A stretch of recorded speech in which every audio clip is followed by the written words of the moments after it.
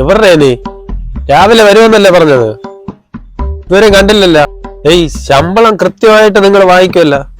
12 മണിയാവുമ്പോ നിർത്തിയിട്ട് പോവുകയും ചെയ്യും. ഇതിനിടയ്ക്ക് ഒരു 300 പ്രാവശ്യം വീഡിയോ വലിക്കും. ഇനി സമയത്ത് വരാൻ പറ്റില്ലേ നീ പറയണേ, ഞാൻ വല്ല ബംഗാളിയെ വിളിക്കാം. അവന്മാരൊക്കെയാകുമ്പോ 600 രൂപ ശമ്പളം കൊടുത്താലും മതി.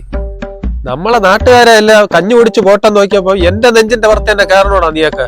ശരിയടേ, വൈ വൈ, എന്റെ തെറ്റ്, പറഞ്ഞിട്ട് കാര്യമില്ല. ഇനിയിപ്പോ ഇതെല്ലാം ഞാൻ തന്നെ ഒറ്റയ്ക്കെല്ലാം പിഴുത് കുറച്ച് കളയണമല്ല. സദാശിവ മാമൻ എന്നെ എവിടെയൊക്കെ നടന്നറിയാമോ? മാമൻ ഒരുമാതിരി തെണ്ടിത്തരം എന്റെ അടുത്ത് കാണിക്കരുത് കേട്ടോ മാമൻ.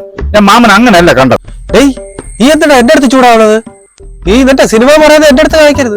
എന്റെ സിനിമ പറയുന്നല്ല കാണിച്ചത്. നിങ്ങൾ എന്തിനു പോയി എന്റെ കല്യാണത്തിന് മുടക്കി? നിന്റെ കല്യാണം ആരുടെ മുടക്കിയത്? മാമ, പെണ്ണിന്റെ വീട്ടുകാർ പറഞ്ഞത് നിന്റെ അമ്മയുടെ സഹോദരനാണ് വിളിച്ച് പറഞ്ഞത്. പിന്നെ നമ്മൾ എങ്ങനെ വിശ്വസിക്കാതിരിക്കുമെന്നാണ് അവർ ചോദിക്കുന്നത്. ഞാൻ അങ്ങനെയൊന്നും പറഞ്ഞില്ലടാ. പിന്നെ നിങ്ങൾ പറയാതെ അവരങ്ങനെ അറിയുമാ? ഇപ്പൊ നിന്റെ പുതിയ സിനിമയുടെ പേരെന്താണ്? മാമ, നിങ്ങൾ ഫ്ലാറ്റ് ഒന്നും മാറ്റാൻ നിൽക്കണ്ട. നിങ്ങൾ പറഞ്ഞ സത്യമാണെങ്കിൽ സത്യം ഒന്ന് മാത്രം പറഞ്ഞേ, കൂടുതൽ ന്യായം ഒന്നും പറയണ്ട. എന്നെ കുറിച്ച് നിങ്ങൾക്ക് അറിയാല്ല.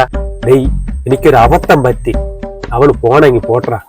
എന്റെ മോളെ നിനക്ക് കെട്ടിത്ത. നിങ്ങളെ ഈ മോളെ ഒരു 56 പ്രാവശ്യം ഞാൻ വന്ന് ചോദിച്ചു, മാമ എനിക്ക് നിങ്ങൾ കെട്ടിച്ചു തരുമെന്ന്. അപ്പോഴൊന്നും നിങ്ങൾക്ക് സൗകര്യമില്ലായിരുന്നു. ഇപ്പോഴൊന്നും അങ്ങനെ പെട്ടെന്നൊരു മനമാറ്റം വന്നു നിങ്ങൾക്ക്? അന്ന് നിന്റെ ഒരു ബുക്കയുമില്ല. ഇന്ന് നിന്റെ കുറെ കാശുണ്ട്.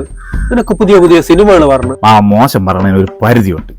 നിങ്ങൾ 2 മക്കളുണ്ട്, 2 പേരെയും കല്യാണം കഴിഞ്ഞു. ഇതിലിനി ആരെ കെട്ടിച്ചേരാന്ന് പറഞ്ഞാൽ മാമൻ പറയണത്? മാമന് സുഖമില്ല മാമ തടി. അതൊക്കെ പോട്ട്. നിന്റെ പുതിയ സിനിമയുടെ പേരെന്തിരുന്ന് നീ പറഞ്ഞത്? എന്റെ പുതിയ സിനിമയുടെ പേര് മാമനിട്ട് എങ്ങനെ പാലം വലിക്കും. അമ്മ, നിങ്ങൾ കളിക്കാൻ നിൽക്കാതെ കാര്യം പറയും മാമ. 100-150 കാര്യം കഴിഞ്ഞാണ് ഞാൻ അങ്ങ് ഇവിടുന്ന് വന്നത്, തിരുവനന്തപുരത്ത് നിന്ന് വന്നത്. ഈ കല്യാണമെങ്കിലും ഉറപ്പിച്ചിട്ട് പോകാൻ നോക്കിയപ്പോൾ ആ വീട്ടുകാർ ഇങ്ങനെ വിളിച്ചു പറഞ്ഞു. അത് അമ്മയുടെ സഹോദരനായോണ്ടാണ് ഞാൻ നിങ്ങൾ തോന്നി ഇത്രയും സ്നേഹത്തോടെ സംസാരിച്ചോണ്ട്.